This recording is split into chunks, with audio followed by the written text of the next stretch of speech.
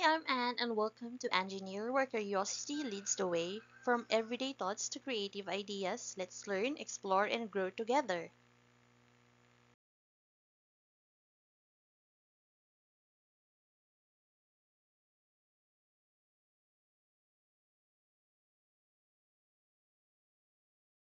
Let's take a look at two important concepts in physics.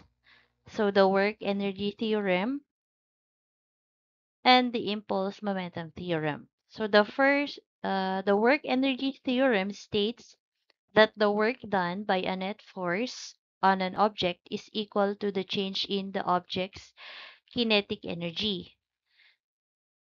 So this leads us to the conservation of mechanical energy, which tells us that in the absence of non-conservative forces like friction, the total mechanical energy of a system remains constant. On the other hand, the impulse theorem tells us that the impulse produced by a net force is equal to the change in an object's momentum. This results in the conservation of linear momentum, meaning that if no external forces act on a system, it's the total momentum that stays the same. Both of these principles helps us understand how the forces affect motion and energy in physical systems. So the principles of conservation of linear momentum uh, suppose that the sum of external forces is zero, so it means that the momentum is conserved. Or it states that the total linear momentum of an isolated system remains constant or it is conserved.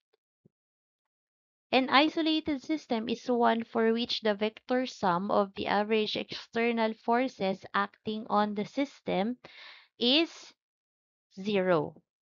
Or in formula, we have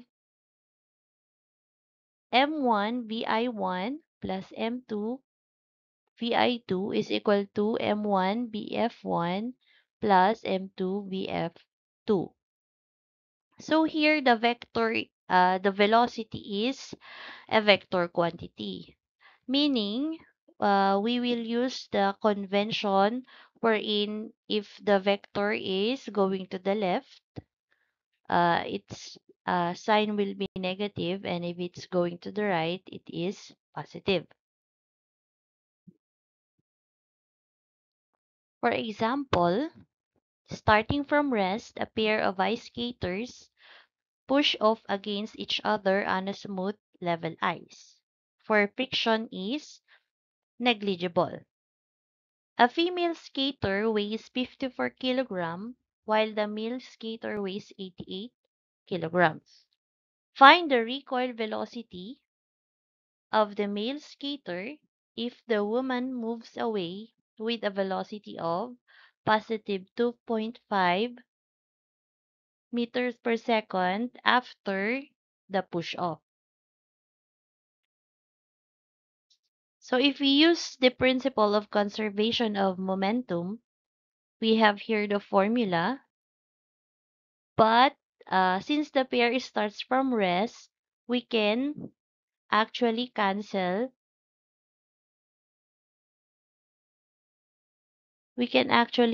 this two because both of their initial velocity is zero. So we can get this formula for the final velocity of the male skater.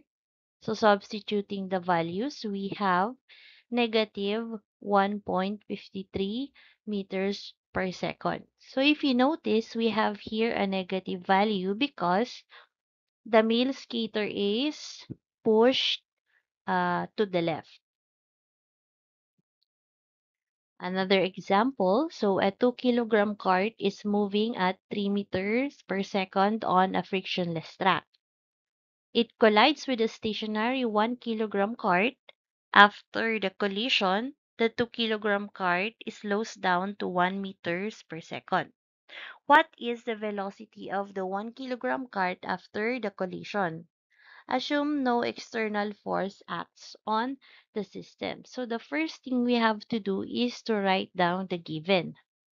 So let's say the cart is our first object. So let's put cart here. And then this is cart 1, and then this is cart 2. Okay. So M1 is 2 kilogram, and then M2 is 1 kilogram. So the initial velocity of the cart 1 is 3 meters per second. So cart 2, it says that it is stationary. It means it's not initially moving. So the initial velocity of cart 2 is 0 meter per second.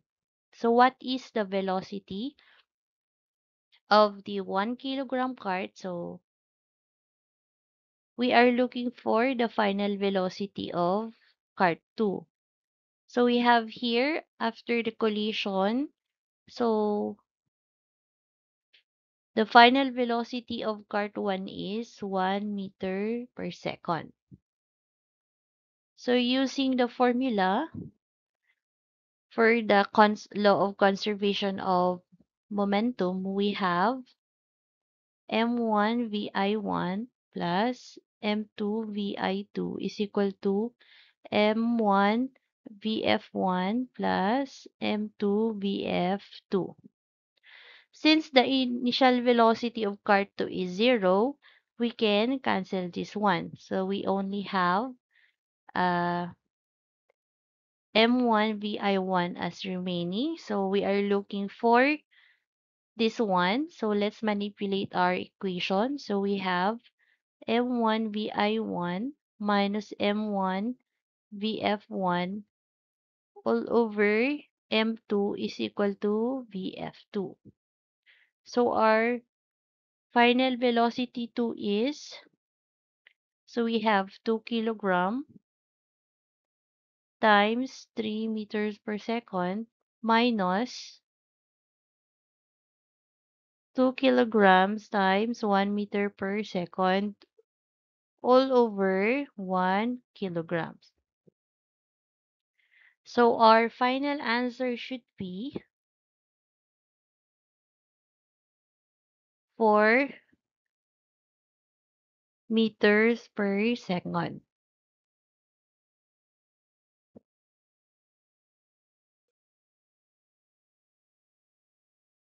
Another example, so a stationary firecracker with a mass of 0.5 kilogram explodes into two pieces.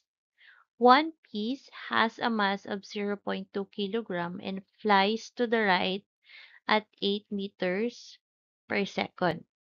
What is the velocity and direction of the second piece? So here we have the first piece. So we have, let's say this is firecracker 1 and then this is firecracker 2. So the mass for the firecracker 1 is equal to 0.2 kilogram and then the mass 2 is 0.3 kilograms. So the firecracker is stationary, so the initial velocity is 0 meters per second for both of the piece. So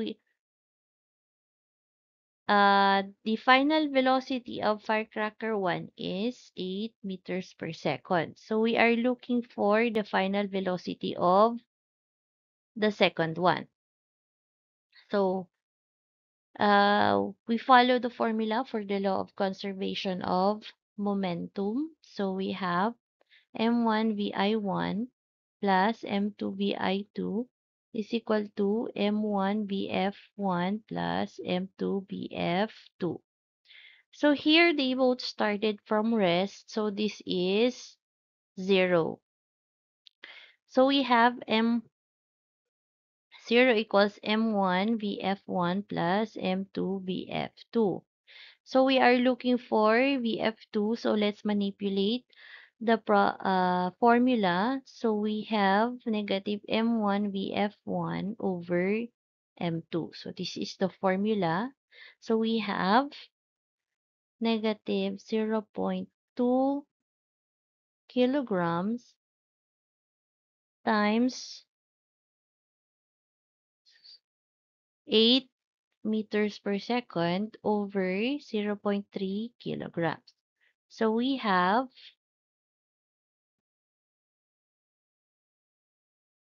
negative 5.33 meters per second.